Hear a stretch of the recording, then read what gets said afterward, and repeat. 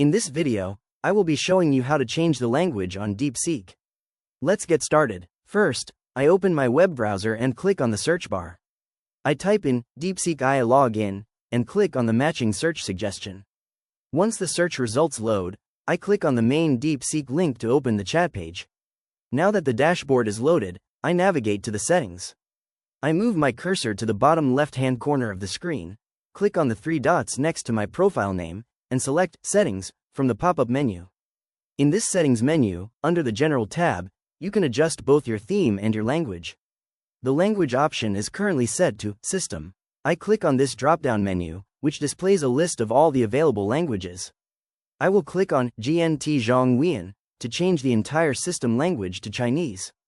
Once clicked, the settings window closes, and you can see that the entire interface has immediately updated to Chinese. To switch it back to English, I follow the exact same steps. I go to the bottom left corner again, click on my profile, and choose the settings option, which is the second one from the top.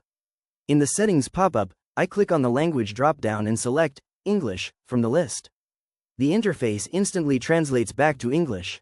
Now, let's see how to change the language of the AI's responses. I click on the message text box at the bottom of the screen and type, "How to change language on Deepseek." Then, I click the blue arrow button to send the message. Deepseek starts searching and generates a helpful step-by-step guide. It explains how to change the interface language for both mobile and web versions.